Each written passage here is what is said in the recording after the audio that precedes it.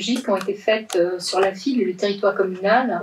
Donc c'est à peu près 5-6 dernières années, sachant que notre activité est quand même principalement motivée, enfin notre activité de terrain du moins, est principalement motivée par ce qu'on appelle l'archéologie préventive, c'est-à-dire les interventions de recherche qui se mettent en place à l'occasion de travaux d'aménagement. Donc c'est à la fois, très contraignant. On n'a pas toujours le choix en fait des programmes de recherche qui sont soulevés par ces travaux, enfin en tout cas parce que l'on va découvrir par ces travaux, mais en même temps c'est une meilleure façon qu'il y a évidemment d'accompagner l'aménagement territorial, au moins sur la commune, puisque notre champ d'activité est bien celui du périmètre communal dont nous sortons de façon extrêmement occasionnelle. Alors juste quelques chiffres pour montrer quand même le taux d'activité d'un service qui compte aujourd'hui une vingtaine de personnes titulaires. Sur la période concernée, donc 6 ans, que j'ai quand même inclus ce qu'on a fait déjà de l'exercice 2022, nous avons réalisé 103 opérations de terrain, principalement des diagnostics, c'est-à-dire la phase qui précède la construction, qui vise à estimer le potentiel archéologique d'un site, en évaluer son état de conservation, les périodes chronologiques qu'il croise, la nature des vestiges même qu'il occupe. Ce sont ces diagnostics qui peuvent ou ne pas donner lieu à des fouilles préventives. C'est à peu près un diagnostic sur 9 qui débouche sur une fouille préventive. Et puis également, nous avons des opérations qui sont motivées par des travaux d'urgence, notamment en voirie. Donc, il y a eu 4 sauvetages urgents. Et puis, nous faisons aussi des opérations dites programmées, c'est-à-dire que pour lesquelles nous définissons le périmètre de la recherche, qui reste quand même très ponctuel, comme vous pouvez le voir. Donc, je ne reviens pas sur le périmètre d'intervention. Les périodes étudiées, alors, vous verrez que je vous présente la période du néolithique et de l'âge du bronze très rapidement, c'est un survol. Évidemment, il n'y a personne au service qui est spécialiste de ces périodes-là. Les champs de compétences démarrent avec l'âge du fer, c'est-à-dire la période gauloise, 7e siècle avant Jésus-Christ, et couvrent toutes les périodes historiques, jusqu'évidemment à l'époque contemporaine, dont nous ne sommes pas non plus des grands spécialistes. Mais enfin, à l'occasion, nous croisons des vestiges contemporains.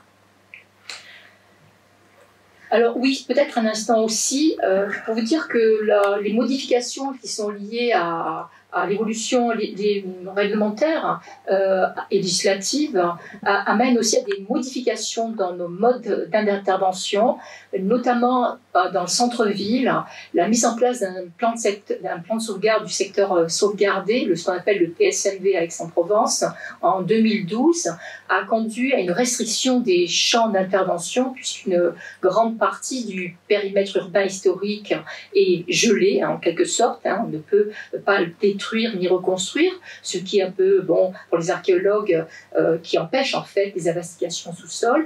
Celle-ci, maintenant, en tout cas ce périmètre ancien, qui est quand même celui de la ville médiévale, notamment et moderne, est vraiment se ferme de plus en plus, et il n'est accessible qu'à travers les travaux de voirie qui ne sont pas les plus faciles en matière d'investigation archéologique, et surtout à l'occasion des travaux de réhabilitation, de restauration de bâtiments, de monuments. Donc une très forte réorientation du service aujourd'hui dans ce qu'on appelle l'archéologie du bâti, qui permet de travailler sur les grands édifices municipaux et pas seulement, parfois aussi l'habitat. Voilà. Alors, on va faire un rapide survol de ces découvertes-là, et j'ai trouvé intéressant de démarrer assez avant, ce sont des périodes sur lesquelles on s'arrête peu souvent, même si aujourd'hui nous peinons évidemment à apprécier, à pouvoir estimer les contours des occupations qui en découlent. Alors, on commencera par la période néolithique. Il n'y a quasiment pas de vestiges paléolithiques conservés à Aix. Le seul que l'on suppose, qu'on espérait pouvoir mettre au jour, était au collège minier, mais n'a pas donné lieu à des fouilles bien sérieuses. Donc en fait, c'est surtout le néolithique, une période qui couvre un champ important, entre 6000 avant à peu près et 2200 avant Jésus-Christ. Et nous avons surtout des vestiges du néolithique moyen et final, donc à partir de 4000, très disséminés sur la commune. On en a trouvé au collège minier, dans le quartier Sextius Mirabeau, qui est aujourd'hui couvert par les allées provençales et les bâtiments qui se développent au sud, où ont été trouvées 10 000 pièces lithiques du néolithique moyen. Alors, ce sont des découvertes anciennes, mais j'en parle parce que c'est la plus grosse découverte faite à Aix pour cette période-là. et notamment une stèle anthropomorphe qui rejoint la cohorte des stèles bien connues en Provence pour cette période-là. Et puis plus récemment, des fouilles rue des Bœufs et un route de Galice, pour ceux qui connaissent un peu la topographie aixoise, qui ont mis au jour des sols néolithiques qui ont été perçus de façon très ponctuelle, malheureusement, entièrement empierrés, mais qui témoignent en fait d'une occupation quand même pérenne dans le périmètre du centre historique.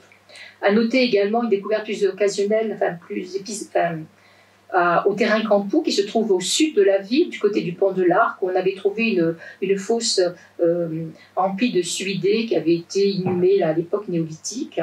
Et puis un bruit de fond également, tout près là du centre historique. Nous sommes 6 avenue Ferdinand de Lesseps, où ont été mis au jour quelques éléments de l'âme, des fragments de l'âme et de lamelles, qui attestent donc cette présence. Alors, il sera sans doute très difficile de cerner, vu les échelles de terrain que nous sondons, un grand site néolithique. En général, on sait qu'en Provence, les sites néolithiques peuvent couvrir plusieurs hectares. Il y a donc énormément de zones dans ces espaces qui sont peu occupés ou qui laissent peu de traces. Et donc, ça n'est vraiment qu'à l'occasion de travaux en milieu rural, sur des grandes superficies, que l'on peut arriver à trouver des sites structurés qui permettent de comprendre en fait comment les hommes de cette période y vivaient. Il n'empêche que, malgré tout, ce faisceau quand même de sites se densifie progressivement au fil du temps. Et je devrais rappeler aussi que là, tout récemment, je n'en avais pas d'image. On a fait un diagnostic là au printemps, du côté dans la plaine de la plaine des Milles, où on a à nouveau découvert des fosses néolithiques avec du mobilier qui sont en cours d'étude. Alors on fait un saut à l'âge du bronze, donc bronze ancien 2002 jusqu'au bronze final, au changement donc avec l'âge du fer, donc autour des années 700. Là c'est le site du 6 avenue Ferdinand de Lesseps, qui a été fouillé en 2016-2017, qui a livré les premiers indices d'une occupation de l'âge du bronze ancien sur le territoire communal, et notamment avec des niveaux qui étaient conservés très très partiellement en sont issus un peu de mobilier, dont la tasse que je vous présente ici.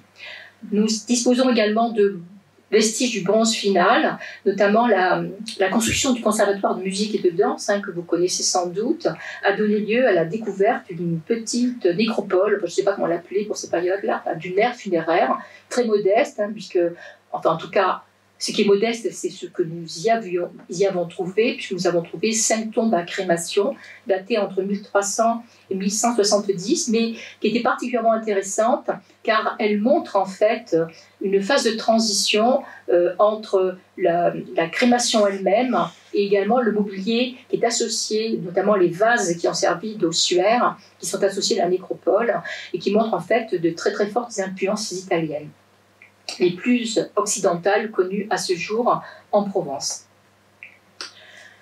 Alors on fait encore un petit saut, mais là très court, puisque nous passons de l'âge du bronze à l'âge du fer, c'est l'affaire de quelques décennies.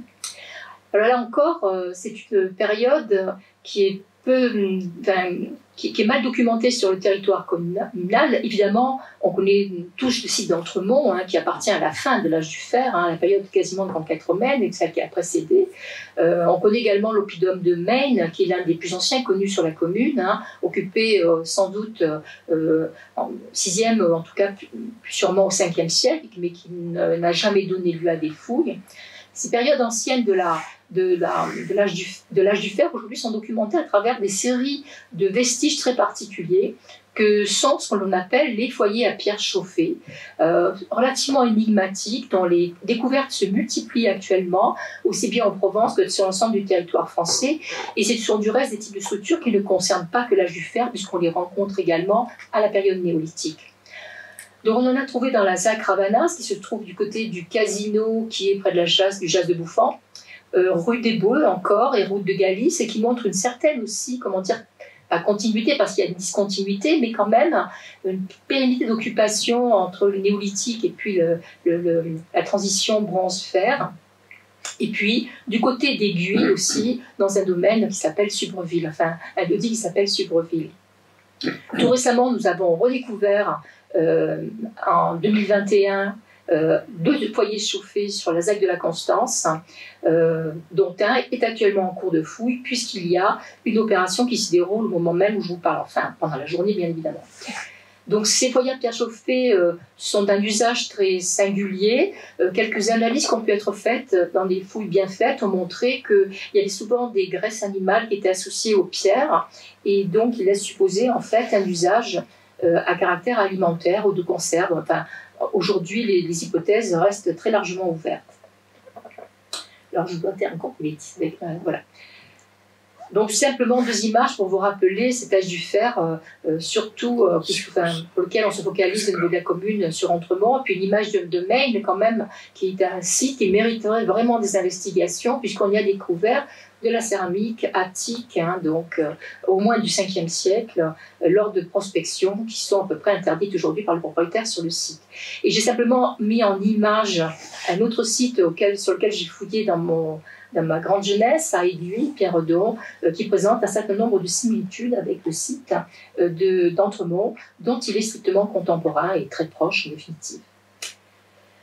Alors, pour ce qui concerne les fouilles récentes, on va se transporter dans la plaine d'Émy ou de l'Huine, puisque les rares vestiges qu'on a mis au jour pour la période de l'âge du fer remontent du reste à une période ancienne de l'âge du fer, le premier âge du fer, donc entre les années 700 et la fin du VIe siècle, et qui sont illustrés par 2 sites, le site de Bigarron, c'est-à-dire le site pénitentiaire, vous voyez la prison de l'Huine. On a fait des découvertes au moment de l'extension de la prison, et également un site de 3 pigeons qui se situe du côté de l'Aréna, où ont été découverts des sépultures, 3 sépultures au total, vous dire à quel point les vestiges sont ténus, remontant à cette période. Alors, la découverte peut paraître légère et anecdotique, en réalité, elle ne l'est pas du tout pour la Provence, notamment la Provence orientale, où les découvertes funéraires sont extrêmement rares. Et donc, Aix est venu avec ses 3 tombes seulement renouveler un peu le dossier. Ce sont des tombes à crémation, toutes les 3, dont une était particulièrement étonnante, avec un enclos bien délimité par des pierres, et notamment, vous voyez, des pierres taillées qui marquaient en fait le périmètre de l'enclos. Il y en avait plusieurs de ce type-là. Et une sépulture que l'on voit par le petit carré vert qui est au centre de l'enclos en vert clair, qui a accueilli un individu dont le sexe n'est absolument plus identifiable, mais que l'on suppose être une femme, qui était parée d'un nombre de vases tout à fait étonnant, plusieurs dizaines d'armilles en bronze, et notamment 16 bracelets de cheville en bronze également, dont vous voyez une image sur la droite.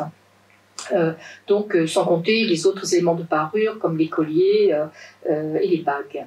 Donc une sépulture tout à fait originale qui est venue, comme je vous disais, apporter quand même un nouvel éclairage sur les pratiques funéraires de cette période qui restent quand même très très mal connues.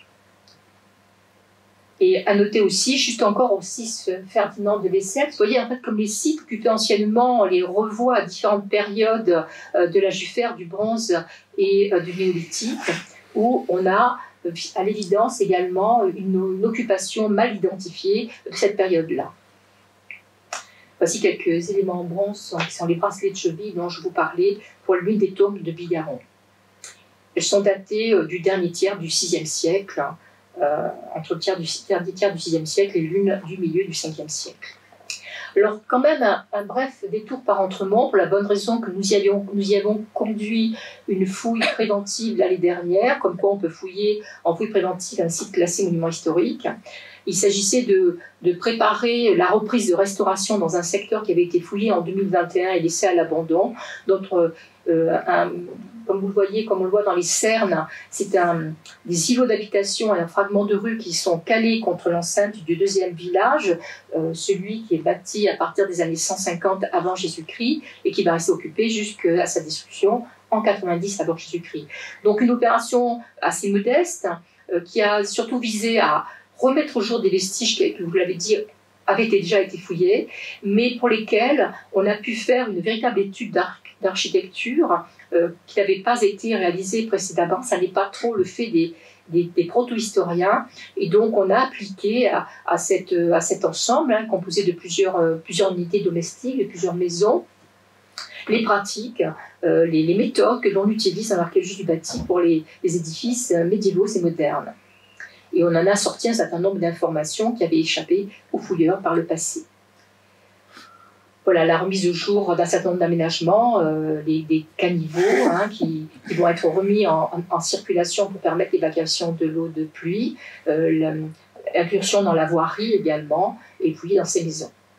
Alors on continue nos petits sauts de puces à travers le temps, et on revient donc au centre urbain avec l'Antiquité, qui a été illustrée à travers plusieurs opérations de taille et d'importance très différentes, mais qui chacune apporte un lot tout à fait significatif de découvertes. On commencera par l'opération appelée réseau de chaleur, qui a eu lieu entre 2018 et 2020-2021. En fait, une opération très modeste par la superficie, puisqu'il s'agissait en l'occurrence de suivre la tranchée de pose d'un réseau de chaleur. Autant vous dire qu'elle faisait à peu près 1,20 m de large, et qu'on a pu la suivre sur à peu près l'avantage de la longueur du segment étudié, qui faisait plusieurs centaines de mètres. Donc les vestiges, ils sont, vous le verrez, très étroitement regardés, mais néanmoins, cela nous donne quand même un certain nombre d'informations sur la ville elle-même. Alors, on commencera par la découverte. Alors, pourquoi j'ai encore bougé là, non ? Voilà.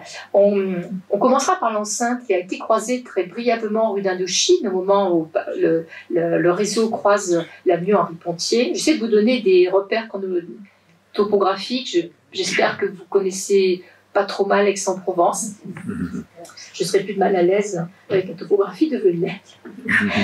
Donc, on a croisé pour la première fois, de manière, je dirais, matérielle, cette enceinte qui est supposée depuis longue date. L'avenue Henri Pontier reprend très certainement le tracé de cette enceinte antique. Elle correspond, je dirais même, sans doute à une lisse extérieure. Voilà donc le croisement de ce monument très large, 2,50 m, vu sur simplement 1,60 m de long, pour vous dire l'étroitesse de la fenêtre d'observation, et qui vient confirmer aussi la datation qui avait été proposée au moment des fouilles qui avaient été faites dans le quartier de la Cède, une construction autour des années 15-20, peut-être jusqu'aux années 40 après Jésus-Christ. L'enceinte recroisée à nouveau lors des fouilles de la place de Verdun, que peut-être certains d'entre vous ont eu l'occasion de voir au hasard d'un passage à Aix-en-Provence entre 2017 et 2018. Là, c'est la courtine orientale que nous avons vue pour la première fois. J'aurais presque envie de dire entreaperçue, vu ce qu'il en restait.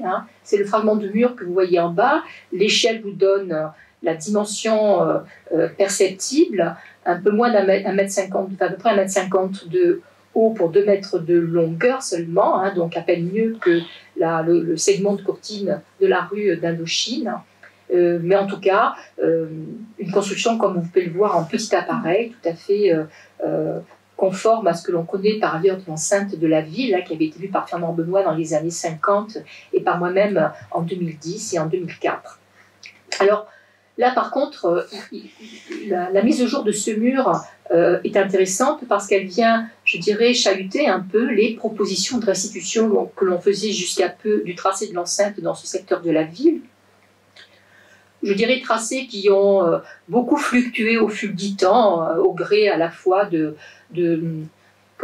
hypothèses, des interprétations anciennes, en tout cas qui pourraient maintenant désormais être calées, et qui présentent aussi cet intérêt de nous montrer que l'enceinte antique, dans ce lieu-là particulier, a en fait s'est maintenue à travers les enceintes médiévales, sans doute, fort tard, au moins jusqu'au XIIIe, voire au XIVe siècle.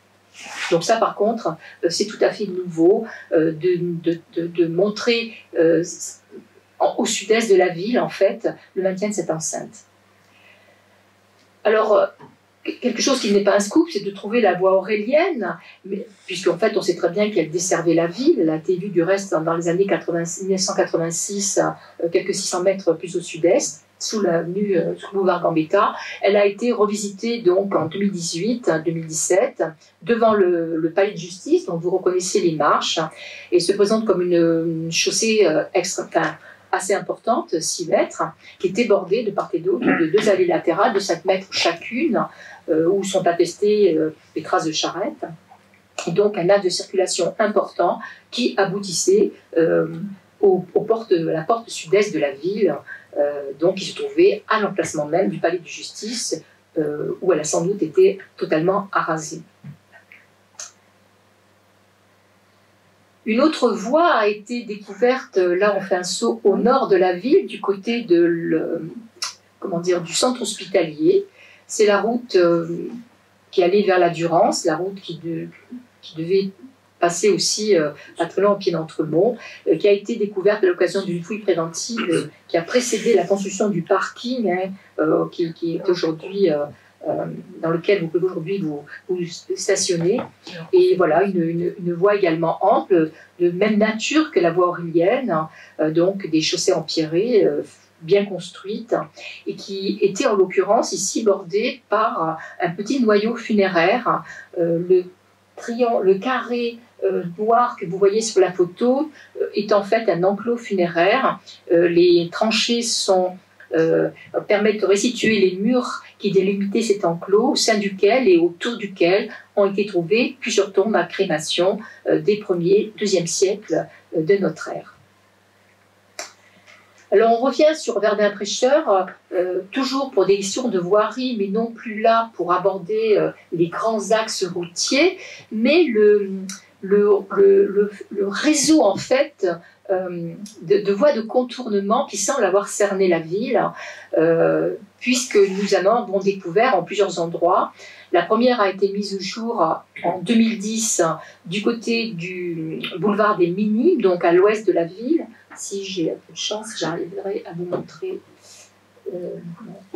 ici, là, voilà, là, ici. Vous voyez là.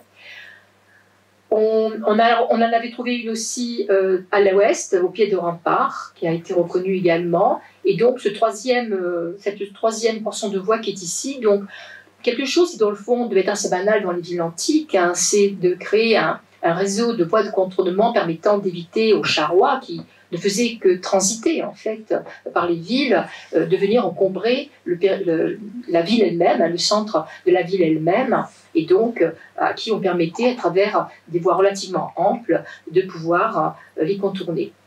C'est une liste qui est à peu près 12 mètres de large également, elle est presque l'équivalent de la voie aurélienne.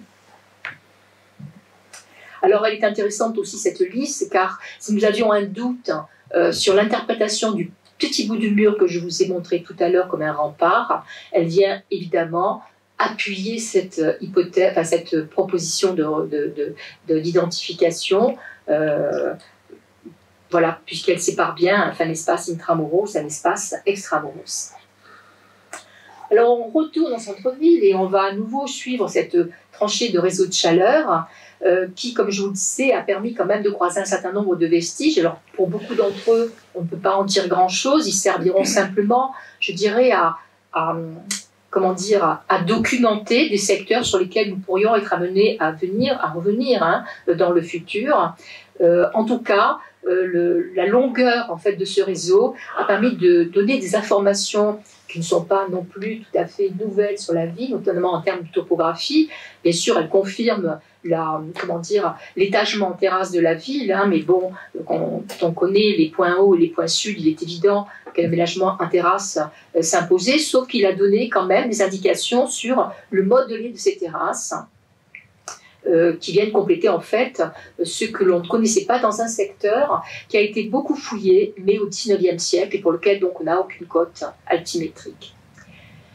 Des éléments également sur l'urbanisme, on va y revenir, puisque ce réseau a permis de croiser 2 voies, un quart d'eau et un decumanus maximus, secondaire. Ce decumanus étant notamment, c'est le tracé en jaune que vous voyez ici, apparaît comme une voie extrêmement structurante dans ce quartier occupé par des grandes maisons résidentielles, qui apporte également des informations sur la chronologie. Oh là là, je suis vraiment... Voilà, sur la chronologie de l'occupation, elle apparaît relativement tardive dans tout ce secteur de la ville, elle ne démarre pas avant l'époque augustéenne, c'est-à-dire le changement d'ère. voilà, pour s'arrêter à la fin du deuxième et plutôt même courant du IIIe siècle, ce que l'on savait déjà. Et puis bien sûr, sur les modalités d'occupation, vous verrez quelques images montrant des fragments extrêmement restreints de maisons, en fait, de maisons. Alors on va revenir sur ces voies, et notamment sur le quart d'eau secondaire qui a été vu dans l'enclos de la Cède. Vous avez le tracé de ce réseau de chaleur qui est très contourné, qui forme les angles droits. Et ce que vous voyez ici, c'est le dallage d'un quart d'eau qui a été croisé pour la première fois. Nous en ignorions jusqu'à présent l'existence.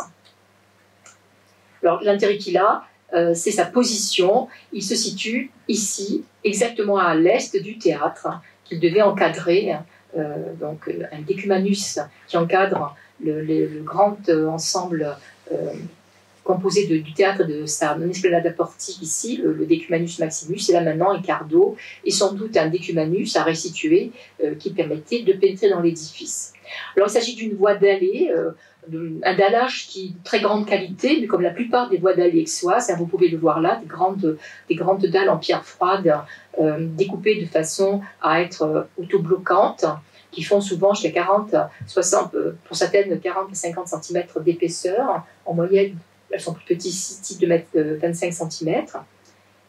Donc, et qui représentent en fait des chantiers de construction extrêmement importants.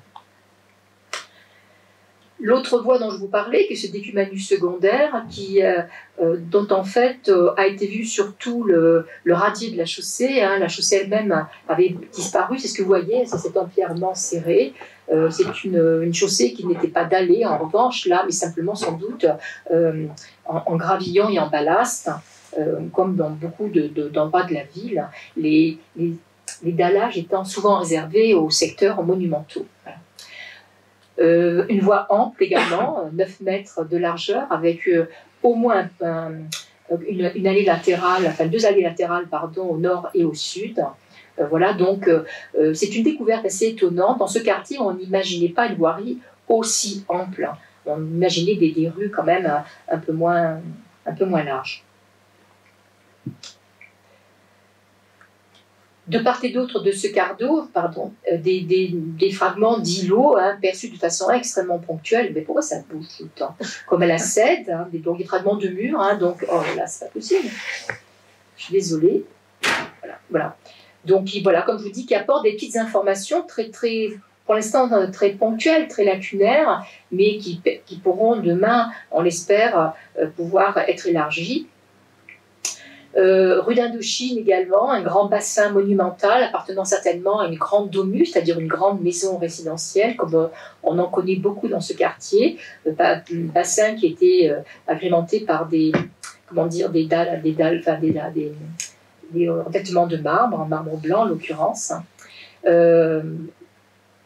Rue de Hanoï, d'autres maisons également, avec des constructions assez typiques du début du 1er siècle de notre ère, avec ces murs remplis d'appareils qui sont assez analogues en fait à celui du rempart, et avec des joints au fer recouverts d'enduit peint. Nous avons découvert tout un ensemble de peintures murales effondrées qui est en cours d'étude par Caroline Zielinski.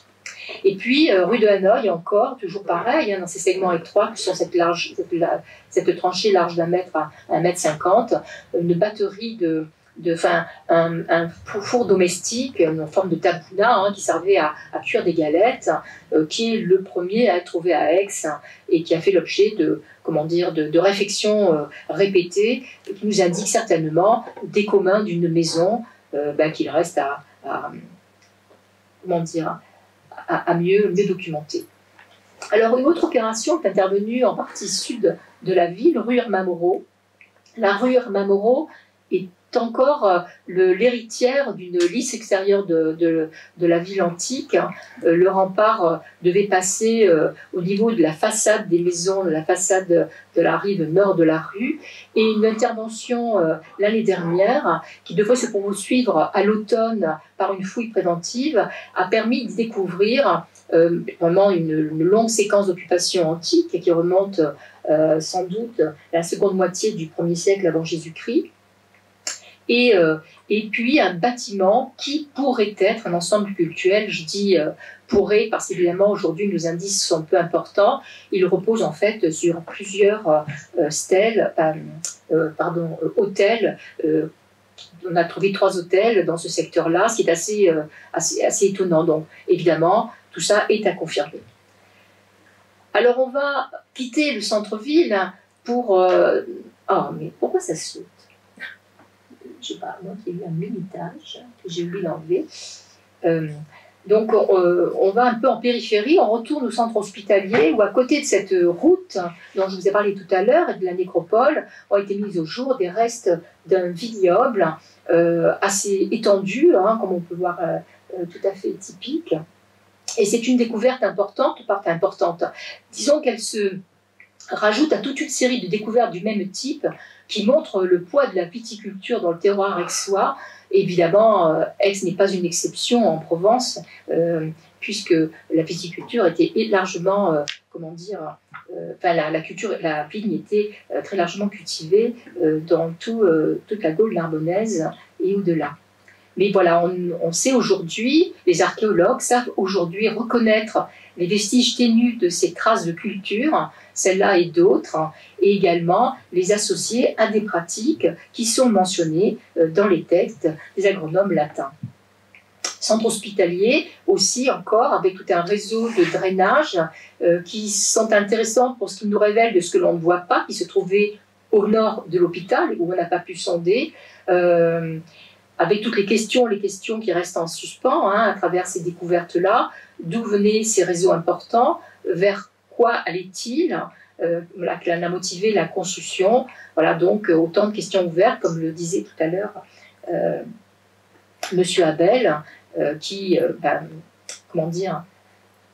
nous permettent de nous projeter pour le futur. Et puis surtout, on voit tout un effort extrêmement important dans la gestion des eaux de ruissellement, aussi bien en amont du rempart qu'à l'intérieur de la ville, à travers d'autres vestiges, qu'en aval.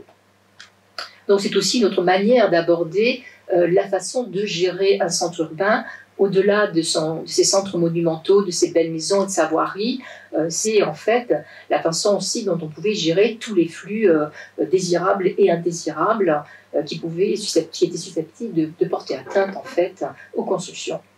Donc d'autres images de ces aménagements, je ne m'y attarde pas trop, rentrer dans le détail nous prendrait trop de temps. Alors Ferdinand de Lesseps encore, on revient sur les mêmes opérations qui souvent livrent plein de vestiges d'époques différentes.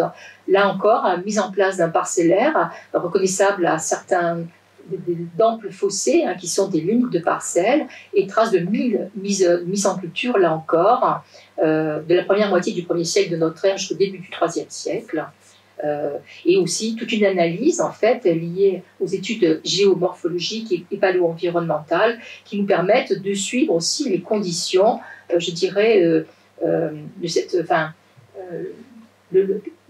recomposer un petit peu le paysage dans ces grandes lignes entre humidité et sécheresse donc de ce secteur sud-est de l'agglomération.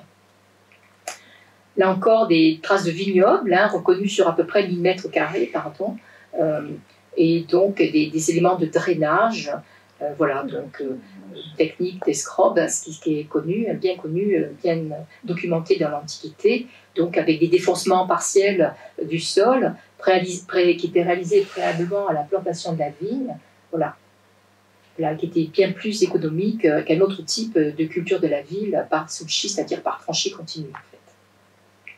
Donc, c'est des modes de culture bien documentés, je vous disais, par Columel, par Pline en particulier. Voilà, et donc, on en retrouve régulièrement en centre urbain, en périphérie de la ville antique, tout près de la ville. Donc, la culture de la vigne est arrivée quasiment au pied des remparts. Et également, dans le territoire communal, nous en avons trouvé un certain nombre, notamment récemment au site de la Poliane, où il y a eu l'extension de bâtiments universitaires. Alors, 6 interventions ont porté sur des zones symétériales de l'Antiquité. Les nécropoles sud, nord et sud-est, on a vu tout à l'heure, on va y revenir, avec le centre hospitalier, le chemin du Pain au nord, au sud-est, la place de Verdun, et plus au sud-est encore, 41 cours Gambetta et 90 cours Gambetta. Rite de la crémation, essentiellement au 1er et 2e siècle, et de l'inhumation au 3e siècle. Alors là, nous sommes sur le centre hospitalier. Vous voyez sur cette image la photo de la route qui part vers le nord, en fait, hein, vers la Durance, avec en bordure de cette voie, évidemment en bordure, donc cet enclos funéraire et les tombes qui étaient aménagées, et d'autres tombes également en crémation à l'extérieur.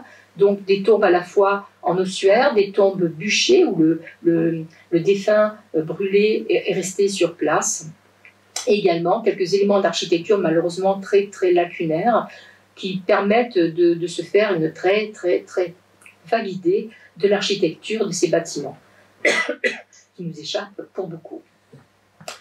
Autre zone funéraire fouillée très récemment, puisqu'elle a été fouillée entre à peu près la mi-décembre 2021 et la fin du mois de mars 2022, donc les données toutes fraîches.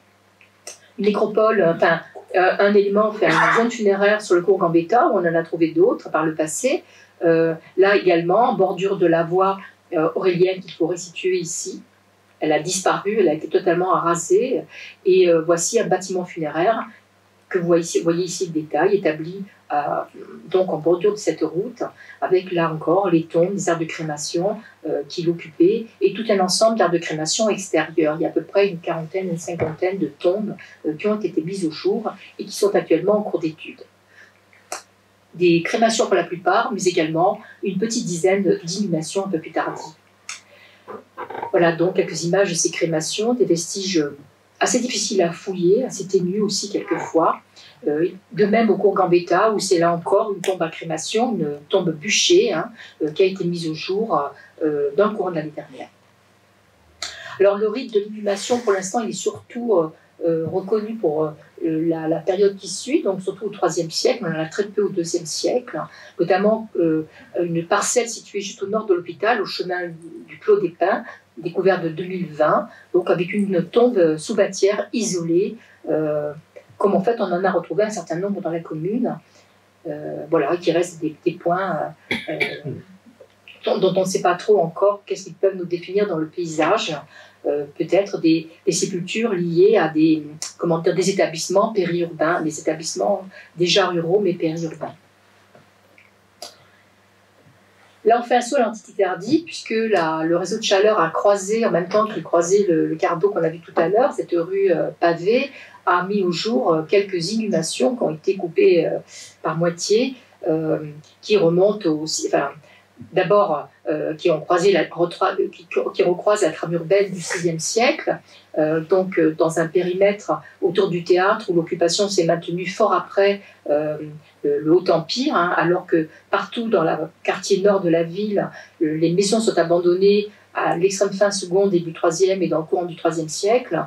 Là, dans tout le quartier qui se trouve autour du théâtre, on a un maintien fort tard de l'occupation, puisqu'elle débouchera jusque, je dirais, la création de la ville des Tours, la ville médiévale des Tours, à travers un processus assez complexe. Donc, quelques fragments de ces maisons dont l'occupation se poursuit, avec la voie qui continue d'être utilisée, mais non plus avec son pavement d'origine, mais, comme vous pouvez le voir sur l'image en haut ici, un revêtement de galets qui, en fait, va, comment dire, une sédimentation qui va s'accroître au fil du temps. Dans la période qui suit, donc le Haut Moyen-Âge, à partir du 6e jusqu'au 10e siècle, le site de la Cède va accueillir des sépultures. Alors pareil, ce sont des tombes totalement isolées. On en a trouvé également en 2004. Voilà, donc on sait que voilà, il y a certainement des aires funéraires tardives et peut-être même, vu la période relativement avancée dans le temps, des tombes qui peuvent peut-être liées à des premiers édifices cultuels qu'il resterait peut-être découvrir. Alors, pour ce qui est toujours de ces nécropoles, enfin de ces cimetières du Haut Moyen-Âge, toujours dans la même période, en poussant un peu plus vers le Xe siècle, on revient sur la place de Verdun, où à l'emplacement de la voie aurélienne, à partir du 8e siècle, c'est fin 7e, 8e siècle, va s'installer une nécropole qui va d'abord commencer à coloniser la voie par ses allées latérales et va finir par occuper toute la chaussée, comme on peut le voir sur le plan qui est ici. Alors évidemment, le cimetière est intéressant pour les rites qu'il laisse voir de cette période-là. Il n'y en a pas tant que ça fouillé à Aix-en-Provence, et de façon, je dirais, un peu élargie. Mais il permet surtout de comprendre que à ce moment-là, pour que la nécropole s'installe, enfin la cimetière s'installe, il fallait que la porte de ville, en fait, ait perdu sa vocation de porte de ville, et sans doute cela nous signale-t-il un processus de transformation dans son usage qui peut préfigurer, je dis préfigurer parce qu'en fait on ne saura jamais rien du processus de transformation de cette porte, hein, comme je vous l'ai dit tout à l'heure, elle a été démolie à la fin du XVIIIe siècle, mais qui préfigure en fait la création, la constitution d'un fortin qui est attesté par les textes au moins au XIe siècle, au milieu du XIe siècle, mais qui est sans doute antérieur. À ce cimetière va succéder une ère d'ensilage extrêmement importante. Nous avons, par la fouille, fouillé 140 silos à peu près, entre 140 et 150 silos, compte tenu de tous les secteurs où nous n'avons pas pu aller faire des fouilles, où les vestiges étaient détruits. On peut supposer presque à un millier le nombre de silos présents, qui se recoupent souvent, qui ont été en usage pendant une période assez longue, peut-être la fin du 9e, début 10e siècle, mais sans doute au moins jusque dans la fin du 2e et tout début du 13e siècle. Alors, ces silos aussi sont intéressants car vous le voyez là, on les retrouve en fait autour de la porte de ville antique que vous voyez là, avec son mur arrière, et puis là c'est totalement reconstitué, hein, c'est la cour à Cavaedium, donc on ne connaîtra jamais les dimensions exactes qui monumentalisait cette porte, et puis sans doute le début du phénomène d'enchâtellement qui, à partir de ces monuments antiques, et notamment le mausolée qui se trouvait devant la porte, va aboutir à la formation de ce fortin dont je vous parlais. Et là, on a peut-être une ère d'ensilage liée en fait à ce fortin, en tout cas à la famille qui le tenait. Encore un saut, alors, toujours dans l'espace périurbain, on quitte le domaine de Verdun. Je ne le développerai pas parce que je l'ai souvent développé lors d'autres conférences. Je ne sais même pas si j'en avais pas fait une ici peut-être, mais je ne me rappelle plus. Voilà, c'était un sujet en soi assez compliqué, hein, donc voilà, je n'irai pas plus loin dans la présentation. Donc là, je reviens sur Ferdinand de Lesseps pour montrer aussi les vestiges qui sont beaucoup plus rares de mise en culture et d'aménagement des sols. Pour la période médiévale, on en avait un certain nombre de vestiges sous le quartier de Sextus Mirabeau, hein, et donc ça se poursuit évidemment un peu plus à l'ouest, hein, donc des vestiges qu'on est content de croiser car ils sont peu fréquents, hein. L'époque médiévale a payé un lourd tribut à l'aménagement de tous les abords de l'agglomération, aux périodes modernes et contemporaines en particulier. Alors, plusieurs opérations ont touché l'enceinte du médiéval, enfin les enceintes médiévales, devrais-je dire, en tout cas l'enceinte de la fin du XIVe siècle, début XVe, qui va participer d'une extension urbaine importante. Vous avez là la ville du XIIe, XIIIe siècle avec les premières extensions jusqu'au XIVe, et puis l'extension du XIVe là, et puis l'extension du XVe qui est portée ici. Donc qui va permettre d'enserrer une partie des faubourgs, enfin, en tout cas les faubourgs, enfin, la majorité des faubourgs qui se sont développés autour de la ville au XIIIe siècle vont être donc à cette date enserrés dans ce mur d'enceinte et qui va les protéger. Et qui va protéger également tout un ensemble d'établissements conventuels, d'ordre mendiant en particulier, qui s'étaient établis dans ces faubourgs à partir de la fin du XIIIe siècle et au début du XIVe siècle. Donc on connaissait bien l'enceinte fouillée au moment des fouilles des Thermes en 1980, là je crois qu'on était en 93, où on avait dégagé l'enceinte sur une longue superficie autour de la tour Éluc, d'autres incursions sur des éléments de courtine et de tours toujours conservés, sur lesquels on a pu faire même des études de bâti. Et là nous avons eu l'occasion de croiser à part 2 fois cette enceinte, en 2018 à l'occasion d'un diagnostic réalisé à l'intérieur même du couvent des prêcheurs, où l'enceinte a été vue en 3 points, un élément de la courtine ici, un fragment d'une tour, un autre élément de la courtine, qui confirme le tracé cassé en fait de cette enceinte, et également, et donc qui corrobore complètement un plan que Nicolas Faucher, qui est un médiéviste travaillant à l'université, professeur à l'université de Provence, donc corrobore un plan d'Aix-en-Provence, de cette enceinte, qui est conservé aux archives de Turin en Italie. L'autre opération est celle qui a été menée dans un cadre d'un diagnostic, justement une fouille dans une cave, donc un espace très réduit, au 1 rue Manuel, rue La Cépède, où Marc Panot a eu l'occasion de voir l'arrière en fait du mur d'une tour qui flanquait cette enceinte. Donc voilà, doucement, le transept de cette enceinte se matérialise et ça permet aussi d'en préciser le dessin, parfois de manière plus fine que les plans ne le permettent. Alors, pour toutes les périodes qui vont après le XIIIe et XIVe siècle, ce sont surtout de grandes des études qui ont été portées sur des grands ensembles urbains, notamment à l'occasion de travaux de réhabilitation, de requalification, qui permettent de documenter plusieurs établissements, dont le couvent et l'église des prêcheurs, qui a fait l'objet, l'église a fait l'objet de diverses campagnes entre 2012 et l'année dernière, 2021. Une autre campagne devrait démarrer en fin 2022, début 2023. Et également un diagnostic important qui a été mené par Sandrine Claude dans le couvent des prêcheurs, qui a permis d'éclairer un certain nombre de dispositions de cet édifice et notamment d'éclairer sa chronologie. Alors, on commencera par l'église des prêcheurs. Les travaux réalisés en 2012, là je remonte un peu plus loin, et puis également tout un ensemble de sondages réalisés depuis à l'intérieur même de l'église ont permis de documenter l'édifice originel, enfin pas le premier édifice, mais en tout cas celui qui est reconstruit au début du XIVe siècle, qui se présente, c'est ce que vous voyez en jaune, qui se présente comme un vaisseau extrêmement ample, très très long, qui correspondait bien en fait à la vocation de prédicateur des prêcheurs. Le site est alors extramuros, tout près du palais des comtes de Provence, malgré tout, dans des distances d'une centaine de mètres, 200 mètres à peu près. Voilà. Et donc, les fouilles ont permis, les travaux portés sur le bâti ont permis d'en reconnaître un certain nombre de murs qui sont conservés parfois jusqu'à 10-11 mètres de hauteur derrière les badigeons d'époque moderne, du XVIIe siècle. Donc, voici ce vaisseau qui devait être à l'époque charpenté. Voilà.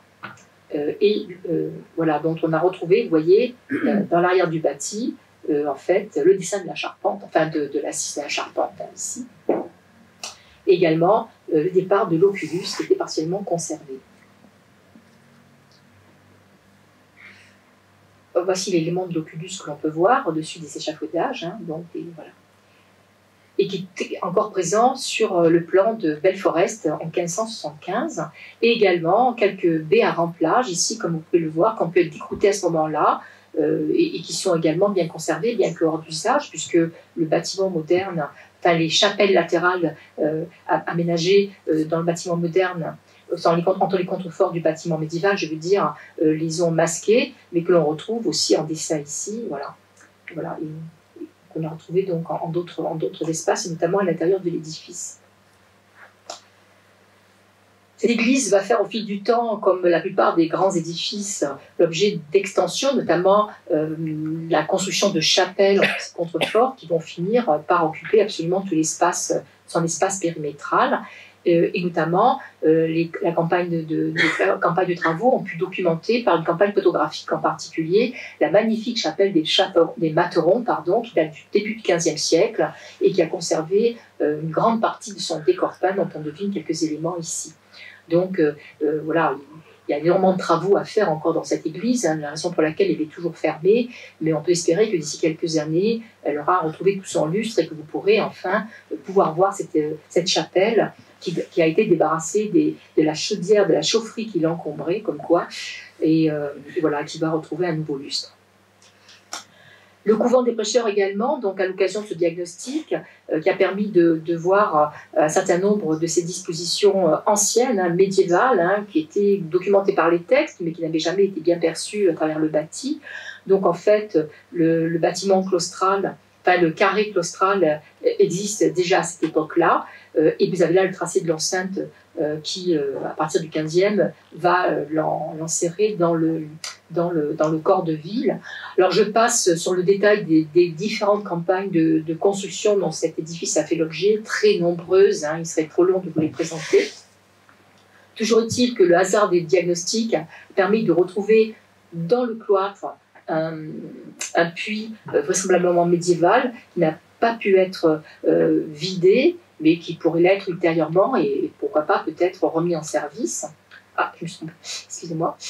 Et également l'étude de bâti. Alors, les photos sont intéressantes, qu'elles vous permettent de voir aussi en quoi consiste une étude de bâti. Évidemment, on ne découpe pas tous les murs, en tout cas, on ne le fait pas à l'étape du diagnostic, mais on fait des saignées qui permettent de lire de façon horizontale et parfois dans des points singuliers verticales l'architecture, de manière à pouvoir analyser les raccords entre les constructions et puis, à l'occasion, découvrir des éléments masqués, disparus, comme ces baies qui appartiennent à l'époque médiévale. On en a encore une ici aussi, voilà. Et là, le cloître qui date du XIVe siècle, hein, et qui n'était à l'époque, aujourd'hui il est surélevé d'un étage, c'est une surélévation qui date du début du XVIIe siècle. À l'époque, le cloître n'a que son rez-de-chaussée, en fait. Voilà divers éléments du bâti, dont on espère que la réhabilitation complète de l'édifice permettra en fait de lire la totalité de l'architecture et de la détailler. Alors, je passerai rapidement sur la fouille du cimetière des Prêcheurs qui a eu lieu entre 2016 et 2017. Alors, on dit cimetière des Prêcheurs, en fait, c'est le cimetière installé sur le parvis des Prêcheurs, car s'il y a eu un cimetière des Prêcheurs, il était à l'intérieur du couvent, bien évidemment.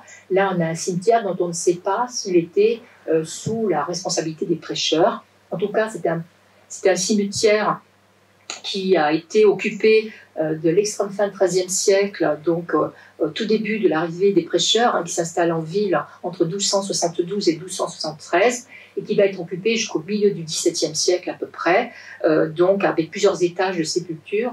Au total, 266 tombes ont été trouvées qui permettent de documenter un fragment de la population aixoise, et notamment d'une fraction modeste de la population aixoise. Et l'étude a donné lieu par Mireille Cobos à une thèse qui a été soutenue en décembre dernier, ce dont nous sommes très très heureux, et d'abord parce que c'est la première grande étude pour des populations aussi anciennes, hein, médiévales en particulier, mais aussi parce qu'elle ouvre des pistes de recherche tout à fait intéressantes sur la population, sur ses origines, notamment des indices d'arrivée de population italienne qui sont notamment attestés par les textes. Donc là, c'est vraiment un champ de recherche qui s'ouvre. Il n'y a plus qu'à espérer qu'on aura l'occasion de fouiller des cimetières de façon relativement extensive, hein, bien évidemment.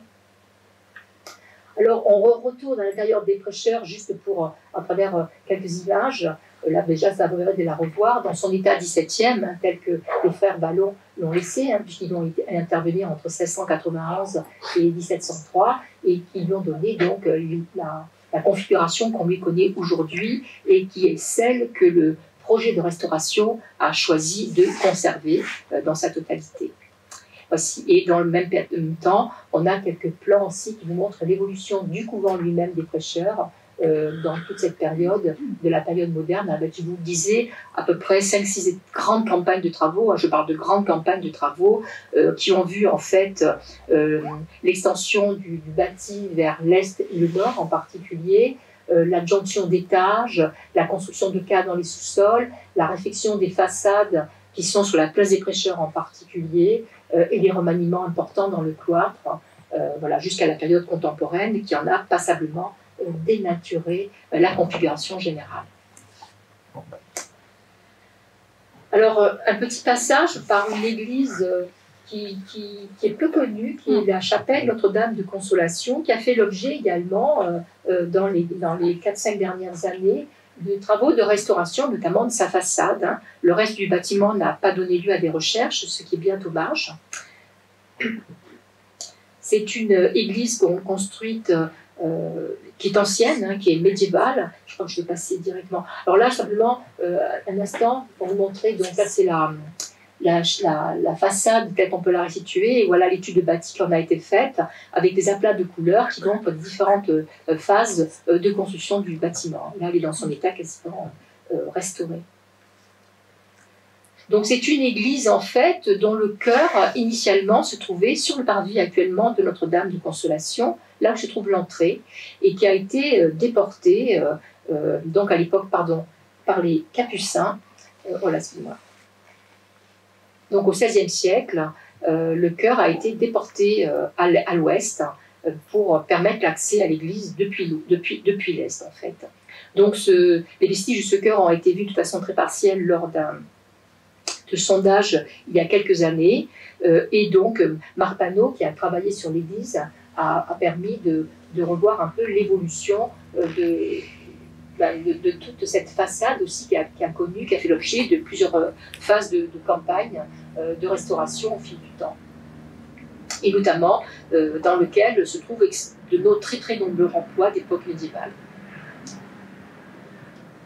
Nous avons également eu l'occasion, en même temps que les recherches se portaient à l'intérieur de l'église de la Madeleine et dans le couvent des prêcheurs, de travailler sur les îlots qu'on appelle les îlots adossés à l'église, qui sont ceux qui se situent le long de la rue Portalis et qui en fait sont venus se plaquer à l'arrière des chapelles latérales ou entre les chapelles latérales, des habitations extrêmement petites qui ont, par les travaux qui ont été faits par les propriétaires, contribué à beaucoup déstructurer l'église, qui ont nécessité vraiment travaux de consolidation, mais qui sont intéressants aussi parce qu'ils nous montrent un autre aspect des prêcheurs, qui est leur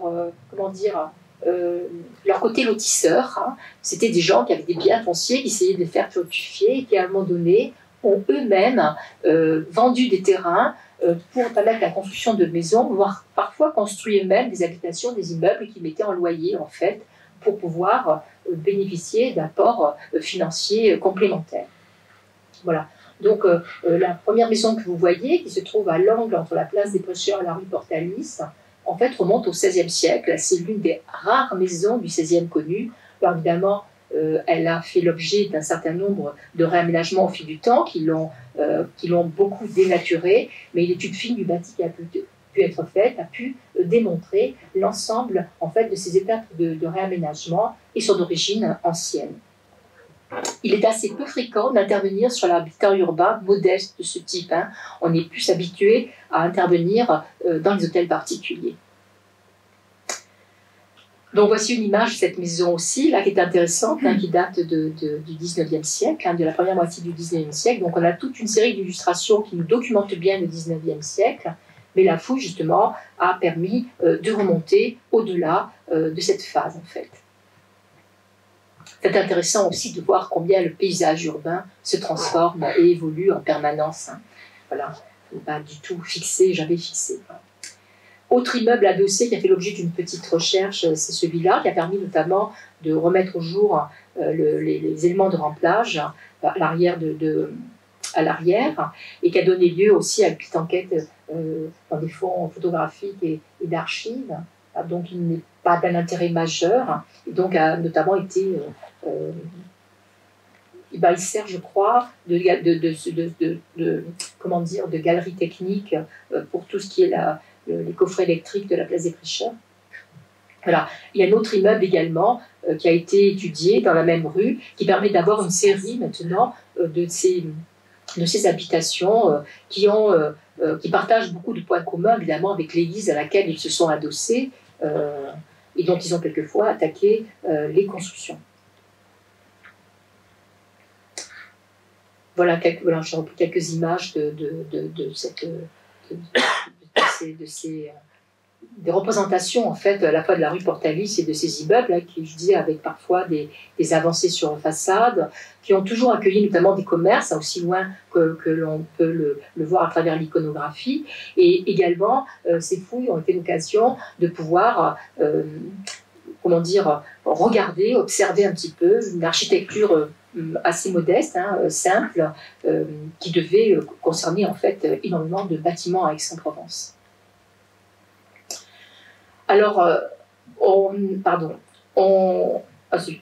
On On avait un habitat, là je vous disais, des immeubles vraiment pour des populations qui n'étaient pas aisées. Évidemment, on a eu de grosses opérations sur des hôtels particuliers, et en particulier la rénovation d'hôtels Boyer d'Aiguille, que vous connaissiez peut-être aujourd'hui sous sa forme commerciale, a fait l'objet d'une étude. Alors là, pareil, en sauvetage d'urgence, qui est absolument étonnant pour un site classé de cette envergure. Et nous sommes intervenus pendant 2 mois pour faire l'étude de toute l'aile orientale où s'est installée la librairie en particulier. Donc, elle donnait... pardon, excusez-moi. Qu'est-ce que je fais, remonter en arrière? Ça donne l'occasion de ressortir en fait les sols de l'hôtel du XVIIe siècle. Notamment, ce sont les communs qui ont pu être vus, les cuisines en particulier. Donc là, c'est les sols de ces cuisines, avec les cheminées et tous les aménagements qui leur étaient dédiés, qui sont aujourd'hui masqués, plus visibles, voilà, et qui ont pu être remis au jour à l'occasion de ces recherches. Très très rapide. Et puis les ouvertures qui ont été obturées, enfin voilà, toute l'histoire de l'édifice, une histoire désormais masquée. Autre élément de sol avec un puits, voilà. Et cette fouille nous a permis, je ne sais pas si j'en ai mis une photo, mais de reconnaître dans le bâtiment un mur qui est médiéval et qui est conservé dans le bâti actuel, non visible, sur à peu près 7 à 8 mètres de haut, 6 à 7 mètres de haut. Donc en fait, on a aussi, c'est intéressant, ça ouvre des pistes aussi sur l'étude de l'habitat médiéval que l'on peut penser passablement détruit à Aix-en-Provence, puisque profondément bouleversé par l'installation des maisons modernes, et notamment des hôtels particuliers. Et en réalité, on se rend compte que même si ces grands hôtels ont transformé cet habitat ancien, ils en ont parfois, très curieusement, conservé des pans entiers. Et il est vraiment dommage aujourd'hui qu'il n'y ait pas de meilleure connexion entre les services de l'État, notamment les services de la, comment dire, l'agence des bâtiments de France, les services de la conservation des monuments historiques et les services régionaux de l'archéologie, pour permettre qu'il y ait davantage d'investigations à chaque fois qu'il y a des restaurations. En fait, la majorité des restaurations nous échappent, et avec elles, les éléments ne sont sans doute pas détruits, mais l'occasion, l'opportunité qu'on avait d'aller les voir passe, et des plus possibles avant maintenant peut-être plusieurs dizaines d'années. Voilà. Donc là, je pense qu'à Aix-en-Provence, depuis à peu près 20-30 ans, on loupe un coche extrêmement important en ce qui concerne la connaissance de l'habitat urbain, simple qu'un modeste ou pas modeste, à travers la restauration de tous ces grands bâtiments. Alors heureusement, d'autres édifices, je n'en parlerai pas aujourd'hui parce que les études sont en cours. Par exemple, entre 2019 et entre 2020 et 2021, l'hôtel de Gassier a fait l'objet il est aujourd'hui quasiment fini, il est au bas de la rue Minier, a fait l'objet d'une restauration complète qui a donné lieu à une étude architecturale non pas exhaustive mais assez intéressante. Sandrine Claude avait travaillé par le passé encore sur l'hôtel Boyer d'Aiguille et également sur d'autres hôtels, mais de façon ponctuelle, comme l'hôtel Veillée d'Opel. Et également, elle a eu l'occasion de travailler sur la rue de Littéra aussi. Voilà. Donc, on a quelques éléments un peu remarquables de l'habitat moderne qui ont pu être documentés, mais c'est fort peu par rapport à ce qu'on voit. Alors, je ne sais pas ce qui se passe. Voilà, j'ai fait une incursion parce que là je reviens évidemment à l'hôtel Boyer d'Aiguille avec différents aménagements, comme je vous disais aujourd'hui qu'on ne voit plus, qui ne sont pas détruits ni masqués, je maintiens quand même, ça a été conservé, qui sont plus intimement des cuisines du XVIIe siècle et du XVIIIe siècle. Voilà, avec toute une série d'aménagements liés à l'eau, en liaison avec un puits, etc. Du très bel aménagement en fait. Voilà, les niveaux de calade aussi qui ont été, qu'on n'a pas pu conserver, mais il était extrêmement banal, évidemment, dans l'habitat. C'est des pavements relativement simples à côté des dallages. Voilà, pour vous montrer quel état un peu du chantier en cours. Il n'est jamais très facile de travailler dans le cadre d'un chantier de restauration, surtout quand il est engagé. Et puis une anecdote, c'est la découverte au moment où on a travaillé sur l'un des immeubles adossés à la Madeleine, de pouvoir remettre au jour un ancien, un ancien nom de la rue Portalis, qui au moment de la Révolution avait été transformée en rue de la République. On a demandé à la ville de conserver ce témoignage de la période révolutionnaire, ce qu'elle a fait. Donc je sais, oui, on le voit aujourd'hui, on le voit. Il faut regarder, mais on le voit en fait. Voilà. C'est une anecdote, hein, bien évidemment, mais ça fait partie aussi de cette pulsation de la ville, hein, je trouve, voilà, qui laisse des stigmates ici ou là. Donc je vous passe, voilà, décision municipale qui a dû très rapidement perdre son titre une fois la révolution passée. Et l'Empire revenu aux commandes. Voilà, et pour finir, on revient encore sur le cis terminant de Lesseps, là, pour illustrer en fait les bastides périurbaines qui sont en train de disparaître les unes derrière les autres, mais de manière systématique. On n'en conserve quasiment aucune. C'est une image ancienne, évidemment, la Bastide a disparu, c'est un magnifique bâtiment télécom qu'il a remplacé. Voilà. Voilà, qui sont aussi cette part d'héritage de ce paysage rural qui était très exploité, hein, tout près de la ville, et que nous documente toujours évidemment les documents d'archives, le cadastre napoléonien en particulier, et que la fouille qu'avait menée Caroline Zielinski, donc en 2018 ou 2019, je ne sais plus, elle avait permis de retrouver quelques éléments, souvent très modestes, hein, de cet ensemble très important, dont on a là des vues encore aériennes, encore dans les années 70. Voilà, je crois que c'était la dernière image. Voilà, donc c'est des aménagements elle a trouvé des aménagements très modestes, hein, qui appartiennent notamment aux annexes de cette. Il y a un bassin en particulier et tout un réseau de drains et un chemin. Voilà, mais voilà, l'archéologie permet de retrouver un peu de ces anciennes bastides qui aujourd'hui, autour de la ville, ont disparu, mais ce qui est plus grave encore, c'est qu'on continue de les détruire tout autour même de l'espace périurbain. L'une des dernières en date se trouvait comment ça s'appelle, au nord de la ville. On y a trouvé un fragment d'un aqueduc romain, et on avait alerté sur l'intérêt d'une étude d'archives qui n'a pas été menée, et le bâtiment a été cassé, a été détruit pour laisser place à des immeubles. Voilà, nous, on les voit vraiment partir doucement, mais sûrement, malheureusement sans enquête. En fait, non pas qu'il faille peut-être tout conserver, ce n'est pas possible, mais au moins que ces ensembles fassent l'objet d'une étude architecturale avant de partir en fait à la décharge. Voilà, donc je clôt sur cette image un peu, ce commentaire un peu négatif. Il ne vous aura pas échappé malgré tout que bon, la présence du service permet de voir beaucoup de choses, d'intervenir énormément. Là, je vous ai parlé de quelques grandes opérations, et j'aurais pu citer tout un ensemble de suivi de réseau qui permettent de découvrir un mur à droite, un mur à gauche, qui sont autant d'éléments d'un puzzle qui permettent de reconstituer sur la longue durée, notamment le centre urbain ancien, et aussi à la faveur des travaux d'aménagement ruraux de son territoire. Je vous remercie pour votre attention.